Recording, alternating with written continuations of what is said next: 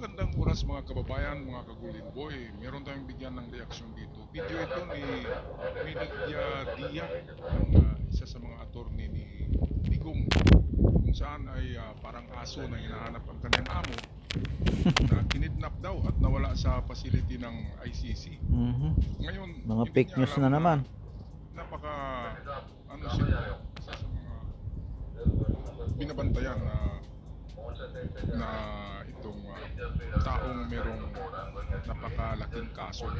Kaya hindi basta-bastang ipagsasabi ng ICC Kung kung nasaan. saan nailagay Oo. si Digong for security reason yan. Yan Hindi talaga na. ay kanilang protocol sa ICC na kapag merong malaking isda na nahuli, Hindi naman lahat ay ng hindi yan bagay ipagsasabi pagsasabi mo kung nasaan si Digong yan. Kaya ang aso talaga ng isang tao kapag nawala yung kanyang amo ay naghahanap ito. Pero ang masama kay Media Dia, Media Dia, ano ba itong apelido na to? Ang masama sa kanyang sinasabi ay sabi niya kinidnap daw at isa daw sa grand plan. Ano bang grand plan na yan? Anyway, narito ang video atin panoorin. So we took the position that he could have been brought here directly, and we are told that there is no President Duterte inside the facility. We are at a loss of this time, and lokohan na to. I think this is part of their grand plan. No? Ayan, grand plan. At meron siyang sinabi dito, lukuhan daw ito. Balikan natin ha. Time and lokohan na to. I think. Ayan. O bakit singitan niya pa ng lukuhan? Bakit lukuhan? Eh talagang may kaso si Digong eh. Napakalaging kaso at iba na yan. Ang freedom Pinagsasabi of ng video, abogado na yan. na lang yan. Hanggang sa makonvict ka. Ang lokohan na Yan. pinagsasabi niya. Kapag nababaan ka ng sentensya, ay talagang wala nang pwedeng makialam sa'yo. Itong si Media Dia ay wala nga itong wala itong visa yata o passport. Sumakay lang daw siya kasi pinahintulutan siya kasi sabi ay pwedeng magsama si Digong ng isang legal attorney. So siya yung sumama, isang legal counsel.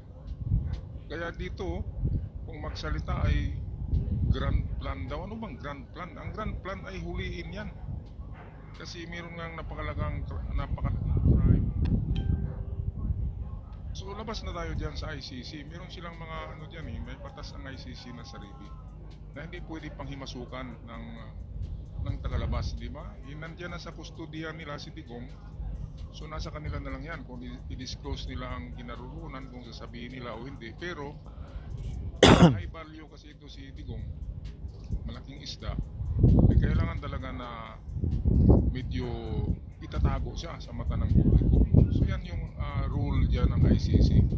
Hindi ang ICC na parang lang, yung parang detention center lang dito sa Pilipinas na pwede tayong dadalaw-dalaw ng dalaw. Iba doon, talagang secured ang doon, ang kanilang suspect. Naka-secured yan, nakatago. Kaya wala tayong dyan. International court yan hindi yan sakop ng Pilipinas. Kaya ang batas natin na hindi pwede sa kanila. Diba? Kaya itong si Medial Dia ay may din palang bunganga nito. Kalukuhan daw eh. Okay, so anyway, tapusin natin tong video. Atin pakinggan ng mabuti itong pinagsasabi niya. Plan, no? To kidnap the president, to extract the president from the Philippines and brought to a jet without known destination. I was even forced to join the plane without any valid visa coming here. Sir, can we expound lang when you said that there is no President Duterte inside? They're telling me that there is no Rodrigo R. Duterte inside this facility. You requested for a visit today and it was approved, sir, right? We have requested the ICC for a visit because they do not disclose what hospital he was brought to, and we assume that he was brought here last night after the training. That's all I can say as of the moment. Is it possible he is in a hospital somewhere? I hope he is in a hospital somewhere, but not in this facility. He is allowed, according to ICC regulations, any detainee is allowed to communicate. Has he communicated to any of None. zero, sir? We don't have any opportunity. We don't know where he is right now.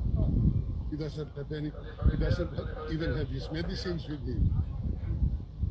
Pero doon po siya sa ambulance sumakay. Sinakay siya sa ambulance, binigay lang namin yung mga records sa kanya. Sabi, he will be well taken care of. And we will be informed immediately of the name of the hospital. But hanggang ngayon, nakakalungkot. Ayan, so diyan na tayo magtapos. Narulungkot siya kasi nawawala ang amo niya. Para siyang aso na naghahanap eh.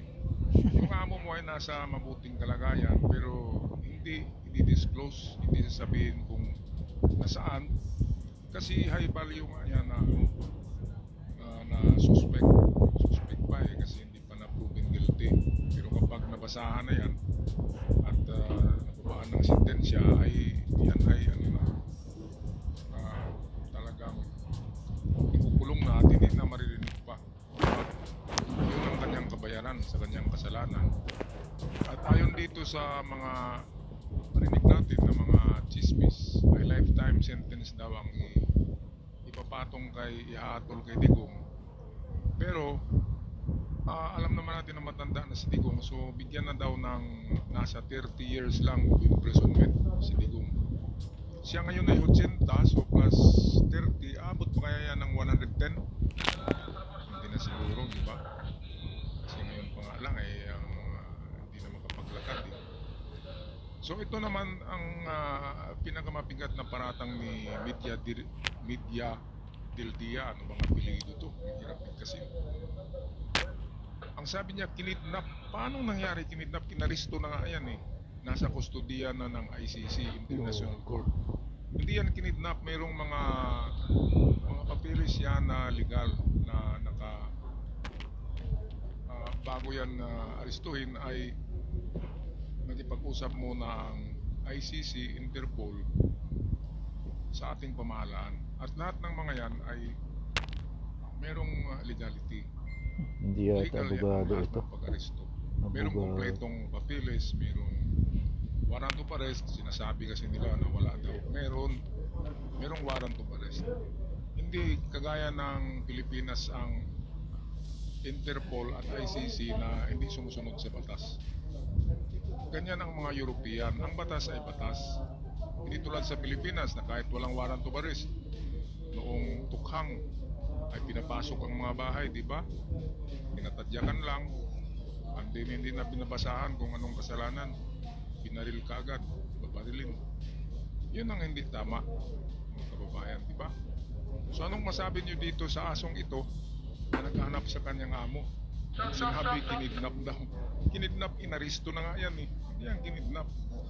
Inaristo yan dahil may kasalanan sa International Court. Kasi hindi kaya ng Pilipinas arestuhin. Kaya yan, International Court na ang aatol sa kanya. At hindi lang yan, pati United Nations aatulan din siya. Kaya napakaraming kalaban ni Digong ngayon. Ito na yung sukdulan, yung pinakarurok, pinakamataas na karma sa kanya.